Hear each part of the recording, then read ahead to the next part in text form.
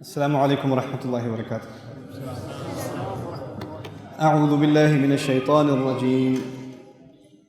وعباد الرحمن الذين يمشون على الأرض هونا وإذا خاطبهم الجاهلون قالوا سلاما والذين يبيتون لربهم سجدا وقياما والذين يقولون ربنا اصرف عنا عذاب جهنم إن عذابها كان غراما إنها ساءت مستقرا ومقاما والذين إذا أنفقوا لم يسرفوا ولم يقتروا وكان بين ذلك قواما والذين لا يدعون مع الله إلها آخر ولا يقتلون النفس التي حرم الله إلا بالحق ولا يزنون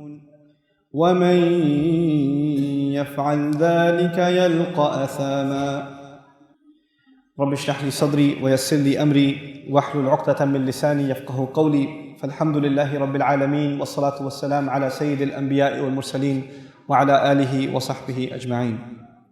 Inshallah, today I want to share with you a topic that's also very close to my heart.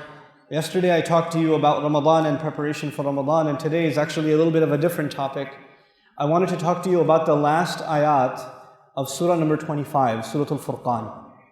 And these ayat they describe a special group of people. What makes them special is Allah describes them as Ibadur Rahman. This phrase you have to understand first. The slave of Allah, the one who accepts Allah as his master, is called Abd. The plural of Abd, there are two of them. There's Abid and there's Ibad. And some say that Ibad actually comes from Abid. Now when Allah uses the word Abid, this ayah does not say Abidur Rahman, it says Ibadur Rahman. There's a difference. Abid is used for all the slaves of Allah, the ones who believe and the ones who don't believe. All of them. Abid is all of Allah's slaves. وَمَا اللَّهُ يُرِيدُ ظُلْمًا لِلْعَبِيدِ. Allah does not want to do wrong to all the slaves, any of the slaves. That's all of them. But Ibad is special people. Ibad is special people. So already the ayat are beginning, letting you and me know that the people Allah will talk about in these ayat are special. But don't be depressed. When you hear that, you're like, oh, it's going to talk about special people, not me. So maybe I can go back to Facebook. No, hold on. And I'll explain why. Then he says, Ibadur Rahman. Now, Allah Azza wa Jal has so many names. You could say Ibadullah. You could say Ibadul Khaliq. He chose to say Ibadur Rahman. In the khutbah, for those of you who weren't sleeping, in the khutbah today, I was telling you some things about Ar-Rahman. When Allah's love and mercy and care is extreme and it's immediate. I added temporary, but these two first, extreme and immediate. Then he uses Ar-Rahman. And so Allah says the slaves of Ar-Rahman, the good slaves, the special slaves of Allah who get Allah's immediate and special mercy. These are the people Allah is describing in this passage. I would love to be in this group. You would love to be in this group. Because this is the group of people that Allah says He goes out of His way to care for them. Out of His way to show them love. Who are these people? Now, we're going to read a lot of descriptions. But the beauty of all of these descriptions, I'm going to get a little bit technical with you, but I hope you can stay with me. All of the descriptions we're going to read, grammatically speaking, is not even a whole sentence. It's actually what you call in the Arabic language a mubtada. What you call in the English language the subject. The predicate isn't even mentioned until like 10 ayat later. It's 10 ayat later. And let me just, because I brought it up to you now, subject and predicate, mubtada and khabar, let me just make it easy for all of you. Those of you who don't understand what I'm saying, inshallah in 2 minutes you'll understand. In a sentence, there's the part before the is and there's the part after the is. Ustad Nouman is boring. There's the part before the is. What was the part before the is? Ustad Nouman. What's the part after the is? Boring. There's two parts. Now the first part, whenever you say the first part, it doesn't tell you everything. It doesn't tell you everything. It makes you curious. The mubtada, the part before the is there to make you curious. And then once you become curious, the part after the is there to tell you, let me tell you something about it. Let me give you some information. So the first part is there to make you curious. Like for example, if I say Qatar is, and I don't finish my sentence and I walk away. You're like, what? Tell me. What is Qatar? Hot. Right? Now, what I'm saying to you is that there are going to be 10, 11 ayat, and they're all the part before the is. They're all the part before the is. He's not even the part after the is. So I'll end the curiosity right now, or maybe I'll end it later. Maybe I'll end it later. What is after the is? That's at the end. We'll get to that. Now there's going to be a lot of descriptions of a group of special people called Ibadur Rahman. But even if you read 10 descriptions, they are not one group with 10 descriptions. They are 10 groups with 10 descriptions. If I say about one person that he is strong, tall, knowledgeable, 3 qualities. Does he have all those qualities at the same time? Yes. All of them at the same time. But if I say these people are strong, and these people are tall, and these people are knowledgeable, I separated them, yes? And I separated them with an and. These ayat are important because Allah did not say all of these qualities belong to the same group. Allah loves special people and they belong to different groups. When you listen to these ayat tonight, you have to think about which group are you in. Which of these can you qualify for? Maybe you can qualify for more than one. And inshallah you qualify for one of them at least. Hopefully one of them. I gotta be in one of these. Because these people get special love and special care and special mercy from Allah. May Allah make us from them. Okay. Now having said all of that, the first kinds of people Allah loves. وَعِبَادُ الرَّحْمَنِ الَّذِينَ يَمْشُونَ عَلَى الْأَرْضِ هَوْنًا. The special slaves of Ar-Rahman, the ones who walk around on the earth, they hang out, they go for a walk. I know you don't walk much outdoors here. So they're walking in the mall, they're walking at the airport, they're walking by the beach, they're taking a walk. And by the way, just because it says yamshuna, it doesn't just mean they're walking. يعني يقودون سياراتهم هونا. They're driving their cars also. Right? However you're hanging out, you're outside in society, you have this element of humility, hawnan. You feel weak before Allah. You're humble in the way you walk, in the way you talk. Sometimes you don't have to be arrogant because you say something arrogant. In the way you look at someone, there's arrogance. In the way you carry yourself, there's arrogance. In the way you insult someone with your face, it's arrogance. That's not yamshuna ala al-ardi hawnan. There are people that you have a good job. Maybe one of you works in one of those big towers over there that look all crazy, those big towers. You work over there and you're, walking around and there's a guy who works, in construction.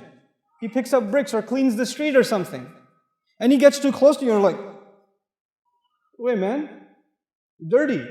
Dude, he's a Muslim. And on above it, even if he's not Muslim, he's a human being. Allah Azza wa Jal honored all children of Adam. وَلَقَدْ كَرَّمْنَا بَنِي Adam. We honored all children of Adam. Who are you to look down on another human being? Allah says people that are special to Allah, they have humility when they walk. يَمْشُونَ عَلَى الْأَرْضِ هَوْنًا. But then how do you know if you're humble? How can you check? Is there a litmus test? Yes, there is a test. And Allah gives us the test in the ayah. If you're asking yourself and I'm asking myself, am I humble or am I arrogant? How would I know? Well, here's the test. وَإِذَا خَاطَبَهُمُ الْجَاهِلُونَ قَالُوا سَلَامًا. When people who have no control over their emotions talk to them, when idiots talk to them, when obnoxious people talk to them, when arrogant people talk to them, when ignorant people talk to them, when angry people talk to them, when insulting people, disrespectful people talk to them, and somebody insults you, it hurts. When somebody talks to you badly, it hurts. But Allah calls all of those people jahilun. Jahil actually in Arabic is the opposite of aqil. Jahil means someone who has no control over their emotions. A bad word comes in their mind, it comes out of their mouth. They don't think about it. So you're driving in the streets of Qatar, and some guy cuts you off, and you honk your horn, and he stops his car. And he gets out of the car and he's at you. And you're like, oh yeah? I'm going to show you. And you start responding back. Wait, hold on. وَإِذَا خَاطَبَهُمُ الْجَاهِلُونَ قَالُوا سَلَامًا. Hey, salam man. Assalamu alaikum. Okay, sorry. You're right. I'm wrong. Go. You have to learn to do that. And if you can't do that, then you are disqualified from category number 1. You want to be in category number 1, and you will. Allah does not say if you see, if ignorant people talk to you, if obnoxious people address you. Allah says when. I talked to you about the difference between if and when yesterday. When means it will happen. If means it might happen. Allah says there's no possibility percentage it might happen to you, it might not happen to you. It will happen to you. It will happen to you. It happens to me all the time. All the time. I was at a masjid, not over here in America, I was at a masjid and I was sitting talking to some board members about some program I wanted to do, and a brother walked in and he heard that I wanted to teach Arabic. He was an Arab fellow, he was an Egyptian fellow, and he heard that I wanted to teach Arabic. And he's like, you teach Arabic? And I was like, yeah, a little bit. And he said, where are you from? I was like, Pakistan. And he said, oh yeah? And he took out a napkin and he said, write the alphabet for me. So I wrote down the English alphabet for him. And he said, you see, you don't know Arabic. I was like, yeah, you're right, I'm sorry. And then he started teaching me the alphabet, 30 minutes. I sat there and I learned the alphabet with him. And then he had to go, and then he left. And that night, at the same masjid, they asked me to give a lecture, the importance of learning Arabic. If you go on YouTube and you search how to learn Arabic and why learn Arabic, why study Arabic, that lecture was at that masjid. And that guy was in the first row, smiling at me the whole time. But he comes to me and says, you, Pakistani, you're going to teach Arabic? I'm going to go, oh yeah? No, wait. It's okay. It's all right. You're right, I don't know anything. It's okay. Don't get worked up. Don't get all full of yourself. If people speak to you in that way, it's okay. They have a right. And you don't know why people speak to you in this way. There may be some other things going on in their life. And they come to you and they let their anger out on you. You have to be kind of merciful and courteous to people. There were women, there were men that came to Rasulullah sallallahu alaihi wasallam and started yelling at him. From the Badu, they were Muslims, they started yelling at him. And the Prophet sallallahu alaihi wasallam didn't get upset, he just calmed them down. The Sahaba would have killed them. He said, no, relax, let him, just peace. This is a sunnah of the Prophet sallallahu alaihi wasallam. When people say things that make you angry, you just gotta calm down. And by the way, guys, men over here, your wife will say a lot of things that make you angry, boy. Oh, ho, ho, ho, ho, ho, ho. And when you hear that, you don't say that she's jahil, but you do say salam. Just be quiet. Don't talk back. Sisters upstairs, ladies, your husbands will say things that will boil your blood. Oh my God, you will get angry. And Allah has given you a special power. I have 3 sisters, I have a wife, and I have 4 daughters. I know girls have special powers. And their superpower is they can answer you in a way that will stab you in the heart. Oh my God, they have the most amazing answers. They'll be like, ah!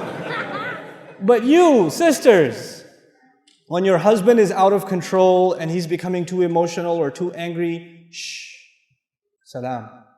Change the subject.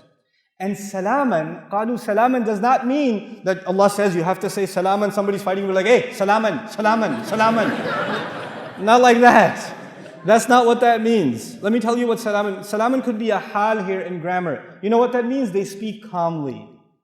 They don't just say the word salam, they speak calmly. They speak peacefully. They speak in a way that disarms, that doesn't make you angry. And so, for example, one time I was sleeping in the masjid. I was in the i'tikaf and I was sleeping in the masjid. And when you're sleeping, you don't know which way you turn. So I'm sleeping and I woke up because somebody kicked me in the stomach. It was a really old gentleman in our community. He was an Afghani fellow. And he was also making i'tikaf. He didn't speak any English, any Arabic. He just spoke Pashto only. And he kicked me in the stomach. And I wake up like, oh. And I look at him like, and he goes, Quran. My back was towards the bookshelf, where the masahif, whereas you can't have your back to the Quran, so he kicked me in the stomach. Now I could get up and say, come on, you could have woken me up nicely, or I'm fasting, and then you kicked me in the stomach too. But you know what I did? I just hung out with him afterwards. Just sat down with him. I said, can I read some Quran to you? You can correct my Quran. We just spoke in sign language. And I recited Quran to him, and we just hung out the whole time.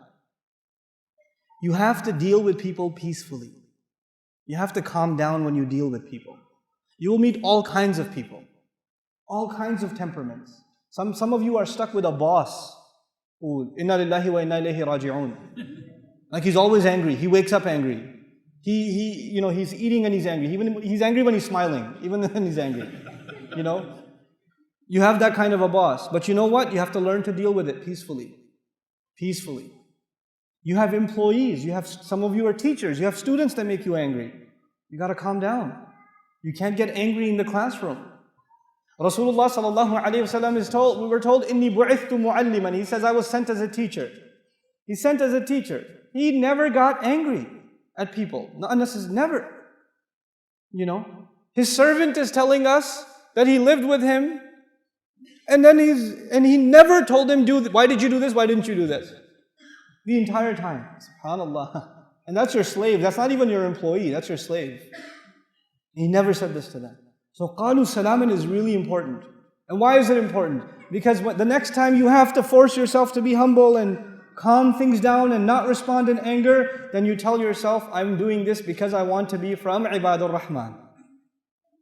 وَإِذَا خَاطَبَهُمُ الْجَاهِلُونَ قَالُوا سَلَامًا. This is category number one. Category number one. People who can control their anger. People who can control their pride. People who can let go of their ego and just diffuse a situation. Even if they're right. Even if they're right, they just say, it's okay, it's not worth it. It's not worth the fight. قَالُوا سَلَامًا. I'll tell you an interesting story of Imam Abu Hanifa rahimahullah. Imam Abu Hanifa, obviously, a great faqih of his time, and then after, people are coming to him for fatwa all the time, and his mother had a question. And she asked a question, so he told her the answer, and she said, you don't know anything. Your mother can say that to you, right? I'm going to go ask that one over there. And that guy that she wanted to go ask, he was a da'i. He wasn't an alim, he was a da'i. Da'i means he can give people a reminder, he can tell people about taqwa, but he doesn't know about fiqh or sharia or anything like that. So his mother goes and asks him, and he says, let me do some research, I'll get back to you. And he comes back to who? Abu Hanifa. He was like, hey, your mom came over and she was like, she had a question. And he was like, okay, here's the answer, but don't tell her I told you. Right? Sometimes you will have people in your own family that don't like hearing from you. Maybe you became closer to the deen, but they're not that close to the deen. And that makes you angry. It makes you angry that some women in your family don't wear hijab. It makes you angry some young men in your family don't pray. You get mad at them. No, don't get angry at them. Speak with them peacefully. Speak with them calmly. Your anger will only take them further away from deen. They won't bring them closer. You have to have a soft heart towards those who are not there yet. You were not praying 5 times a day. There was a time when you weren't like that. If somebody spoke to you angrily, would you start praying or go further away? Think about that. Think about that. Allah softened your heart, so you wait until Allah softens theirs, and you have to be soft to people.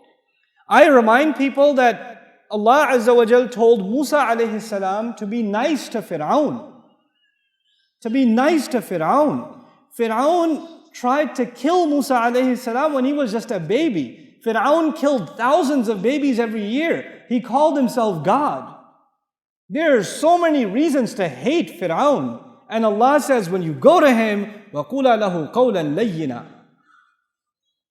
If you have to be nice to Fir'aun, what about your wife? What about your husband? What about your children? What about your cousins, your brother, your uncle? These are the people that make us angry. These are the people. Family makes you really angry, I'm telling you. I know. Siblings make you angry. And these are the people that deserve the most soft responses from us. We have to change the way we behave with them. This is qalu salaman. Okay, this is category number 1. Category number 2.